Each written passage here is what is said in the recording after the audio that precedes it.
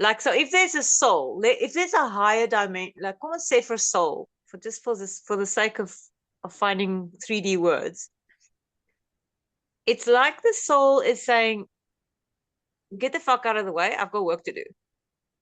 And it's just running the show. Ja, en is crazy. It's crazy. I don't know how to say it in words, maar dit voel vir my wat gebeur is accelerated, let's say, karma clearing. Like, it's just, I don't know, ek weet nie hoe jy dit experience nie, maar vir my is dit net ek dis hierdie intense amper 'n leeftyd of 'n hele proses is in 'n dag, die intensiteit van die connection met mense. En dis ook ek sê, sal ek vandag, I was just like, what am I doing? What's necessary? Instead of, ek kyk daarna as, oh, this is my addiction. But how do I know? Maybe it was just something that I interact with this person in a certain way. Dis hoekom ek vir jou sê, die feedback system, like how people are responding to things, is profound because it's so different. And then I'm like, well, how am I responding to my own life experiences through my limited perspective of it? So it's like, am I judging it, or can I just surrender and say, hey, look at what that you had to do all this stuff today, and I got it done. Yeah. But also the time just seems weird. The whole timeline thing for me is it's a bit wacky. Yeah. The timeline changes has become like parallel world changes. Okay, we're on timelines. Every decision is a timeline, and it splits, but very nicely and linearly. But then what's happening now is that we do the quantum leaps, so we do steps. So we're stepping from this whole timeline over here into a whole different one. And then we go like, what the fuck? What happened? Is that why I have whiplash at the moment? Yeah. I literally have the same thing. Alternate reality whiplash. Yeah, somebody's got to pay the price. It's not even stepping back into, oh, now it's this again, and that was just a weird thing. It's like, it's almost like stepping at multiple. There is no more this one. There's now only, like, you're in all of them all the time, and we may be looking for that something that is still stable in terms of normal time. What day is it today? It's not working. I don't know for you guys, but it's not working. If you ask me, like, I keep having to really think hard about what month is it, what week is it, and I know this has been coming, but it's really getting bad. Hey, I don't know if you guys have the same feeling. I was on Friday yesterday, and they was like Sunday. I was watching the news and say Sunday. Sunday, where's it? How can we be at Sunday? I'm still at Friday.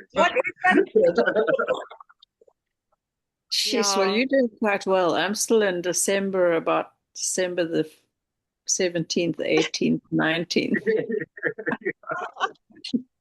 What timelines are you jumping? Many.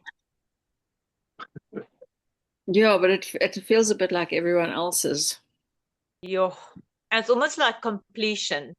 There's timelines where we didn't complete things, and now it's like they're all open. There's completion needed in different places, and we're just having an opportunity to complete certain tasks in different timelines.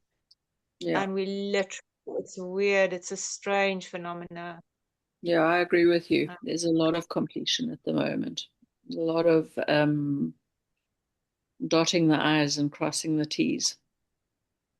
That's actually a very interesting perspective. So convergence of timelines.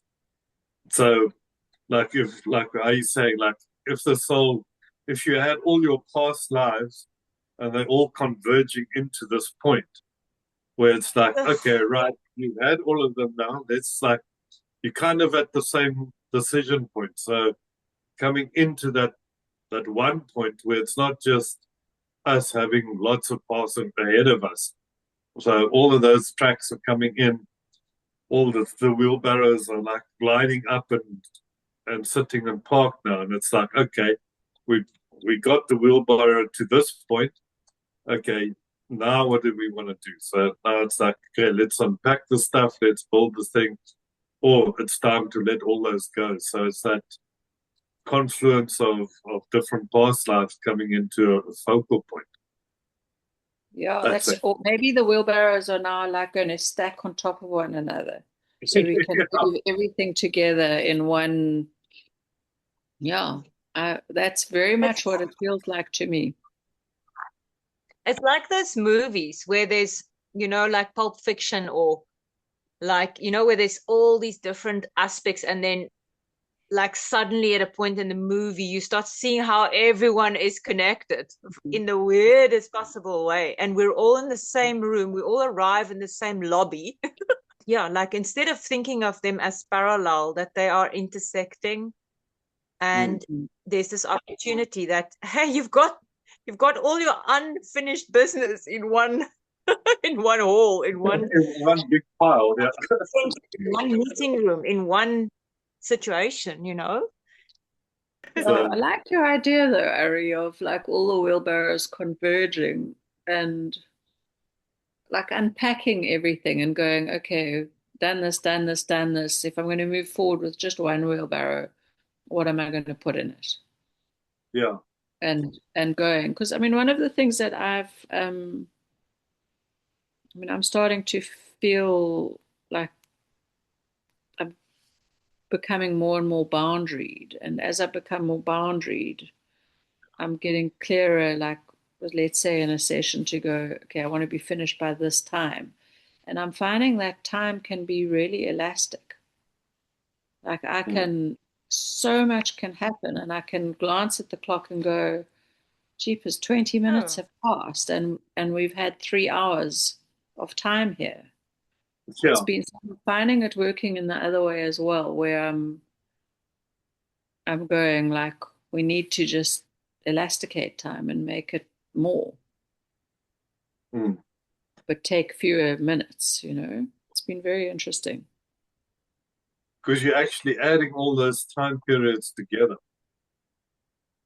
So if you say, okay, just for normal speakers, like, okay, let's have 10 lives converging at this time, at this moment of time. So you're stacking all of those timelines up in our perception of time as well. So there's the dual things, like what feels to us as 10, 20 minutes as a 3-hour session. But then also the inverse is like a lot of stuff happens very quickly in a short amount of time. You're doing like 3 hours working like 10 minutes on the other side.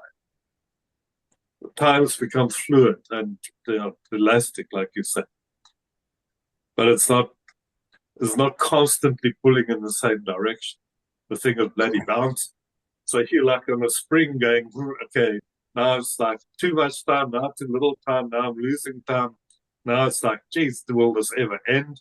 Because it's the amount of processing that's combining into that one focal point.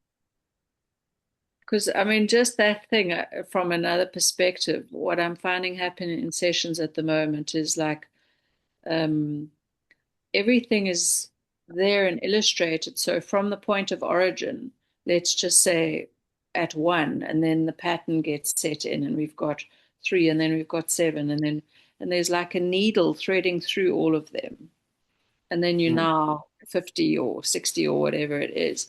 And suddenly everything is being drawn together with one, like, it's so clear and easy to see what the pattern is because you're looking at it from the beginning to present day. And I'm finding that really interesting because it's like you take all that stuff and then you're looking, from this time frame here all the way to now is one channel, and it's like soul is going, okay, let's go. Do you have that? It's time to move on. Like we're done with this. We're done now. Yeah. Fun is fun. The wheelbarrow is unpacked. We've distilled it to one understanding. Yeah. And we're done. Yeah. So it's like, I like the deck of cards idea. So it's like, if the deck of cards spread out as our timeline or our time in our life, basically it's all our other lives, also the decks of cards, but they're getting pushed together and stacked up into one, like you say. So it's like getting all those cards into one stack, and when all those stacks are together, then that's that complete view of that whole thing. And it's like, okay, those were like all the lessons, all the missions, like all the karma, everything is sorted out. It's like, okay, now what? Yeah. Okay, thanks for explaining that, because I've been working with cards. This weekend, I spent some time doing art, working literally with cards, using them as my base. Nice big ones. Making a whole deck of cards. I don't know what I'm doing with them, but now I understand. You know, if you think of it, there's so many ways to sort a pack of cards, and maybe each timeline is a different way, but then somehow it's like it's all coming together now, you know. Yeah, it's quite a nice analogy. Yeah. But then when you got your card all packed and all lacquer sorted out, it's that getting it back in the box again.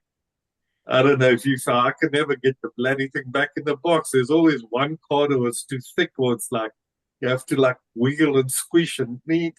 So I think that's kind of what we're busy with, is like, okay, for those of us that got our cards more or less sorted, now it's trying to squish the thing back in the box.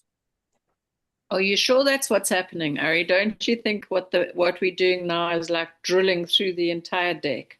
So we can thread a string through a tie knot, and now we can't, like, our house of cards can't fall down anymore because they're all gathered nice and neatly here. But also remember, there's the reason that the cards that go back in, because they are, when they get made, they're compacted. And so the minute you take them out, they expand. And I think that's our big thing, is are we ready for the expansion of what's happening for us, you know? And trying to put things back in the box ain't gonna happen. That box, it will not go back in the box. It's expanded. And so you're right, we need to find a different way of keeping our stack together. And maybe you're right, just string it up. Or you know, we got to get rid of the boxes. The boxes are the problem. throw the box away. Okay, yes, yeah, okay, cool, you got me. Yeah, right, okay, cool. We got to get rid of the So box.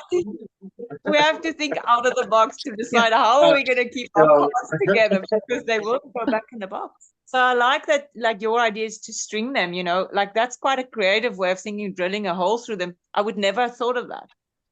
And so is that the thing, is we need to all decide how do we package, how do we keep our shit together? How do we keep our timelines and our previous experiences together? How do we bring it all together? And now for the expansion.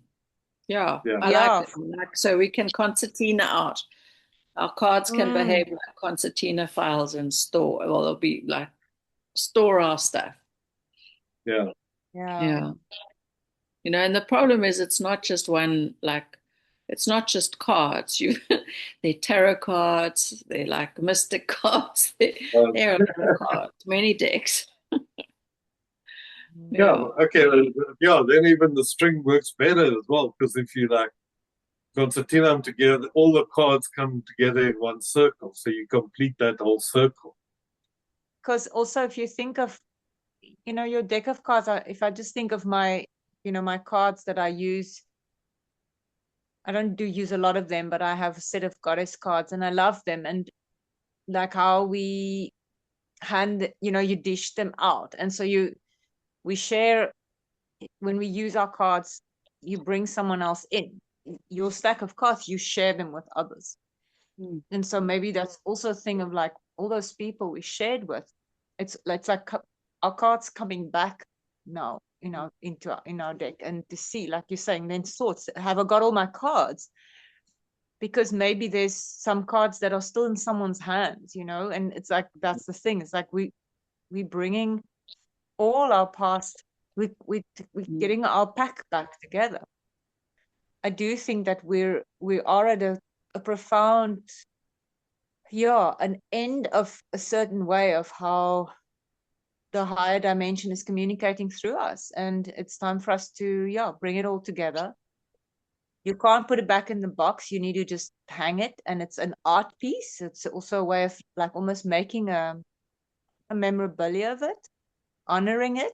And there it is. And the way we're going to go forward is different. Maybe we want to play cards in the way things are going. I have an archetype deck that I've had for a while and I've never used it, and suddenly it's being used a lot. And I have this Mahjong deck that I bought that I haven't touched, and I'm suddenly having like decks of cards come online that have been sitting for ages, never touched. And there's this pressure, and I was thinking when I packed these Mahjong cards, like why, what's happening that there's this almost a demand for learning another language. Do you know what I mean? Because like, what is that language? What is the symbology? And it's across quite a lot of different cultures. I mean, the Mahjong is Chinese. So it's I've been quite conscious of it, going like, what is it feels like there's this demand or this time pressure for learning, like a new system, learning a new way of thinking, learning a new orientation. And it's quite interesting that so many are coming in at once. So, makes sense, yeah. I'm not big on the past life thing, but I understand it and all that.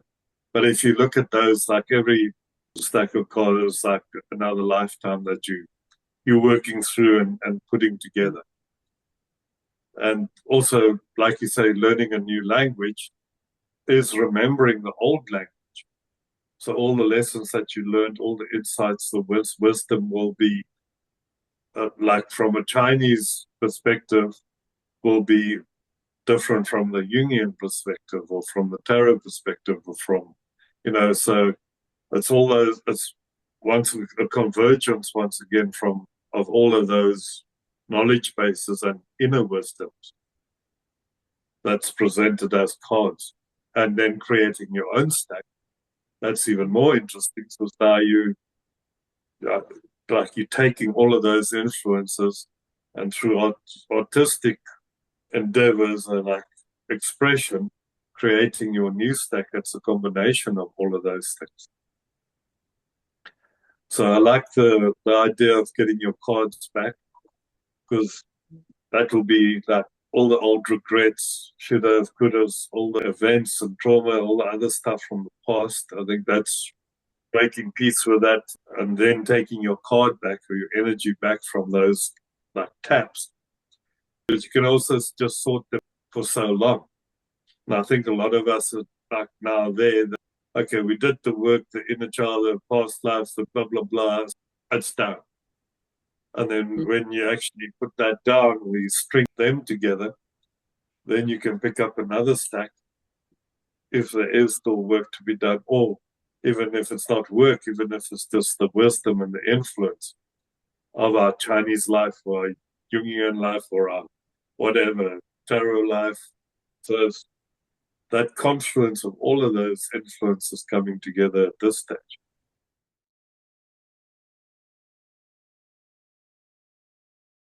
The unfolding hand, our multidimensional deck of cards.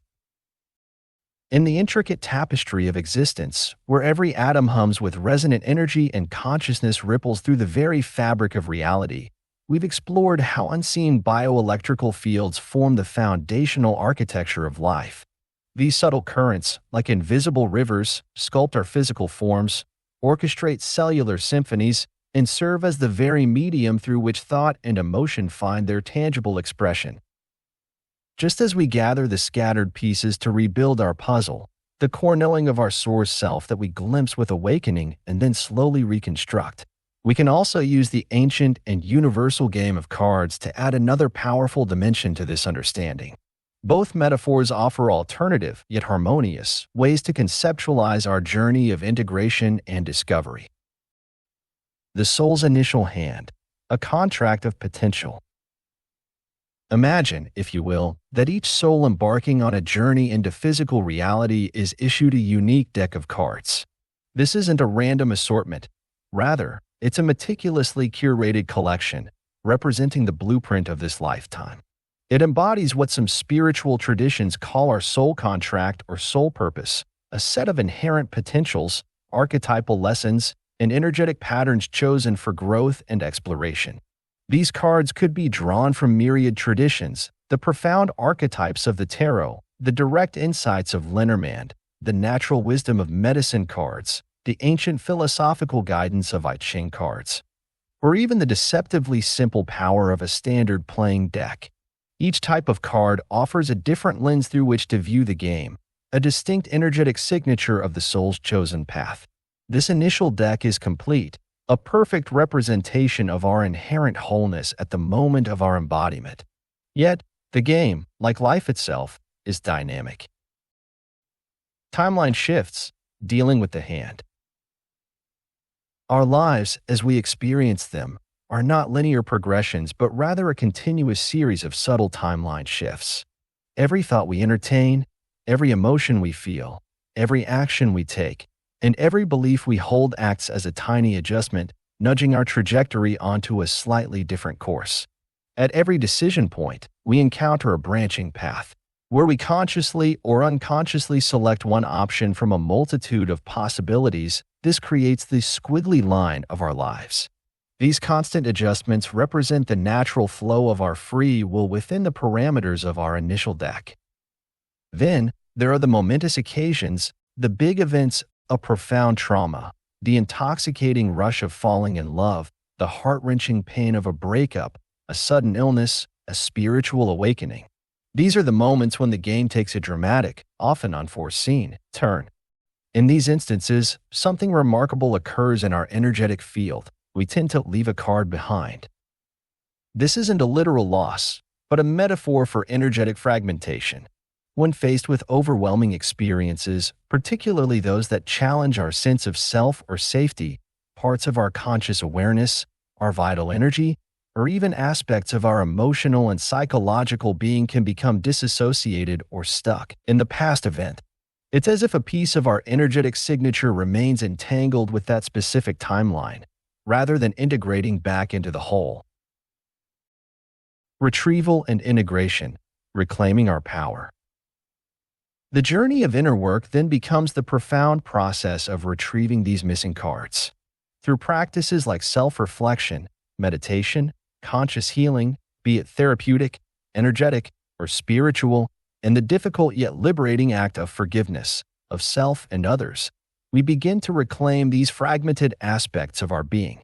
Each retrieved card represents a lesson integrated, an emotional wound healed, a piece of our inherent power brought back into our current energetic field. As we diligently gather these cards, a remarkable clarity begins to emerge. We can metaphorically lay them out on the table, observing the entire expanse of our life spread before us. This allows us to perceive our personal timeline, our unique journey, not as a disjointed series of events, but as a coherent narrative, our story recorded in the time of our energetic unfolding. With this newfound perspective, we can then sort them and stack them back into a unified deck, not just of experiences, but of integrated wisdom. This complete deck now holds the entirety of our story in this lifetime, our unique energetic signature, the soul's full experience in the timeless now. And here lies the first major revelation. Once all cards are retrieved and the deck is whole, it can no longer be squeezed back into its original box.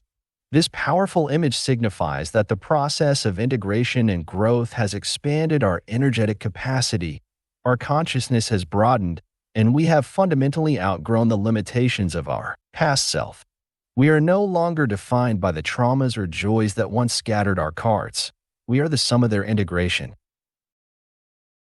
Beyond this lifetime, the multidimensional deck. The insights deepen further. The journey of integration doesn't necessarily conclude with this single lifetime. Some spiritual philosophies suggest that the soul embarks on numerous journeys, accumulating experiences across what we perceive as past and future lives, which, from a higher perspective, might simply be concurrent or parallel timelines of the same multidimensional self. Each of these incarnations may also have its own unique deck, its own story, its own set of missing cards left behind in unresolved karmic patterns or unlearned lessons.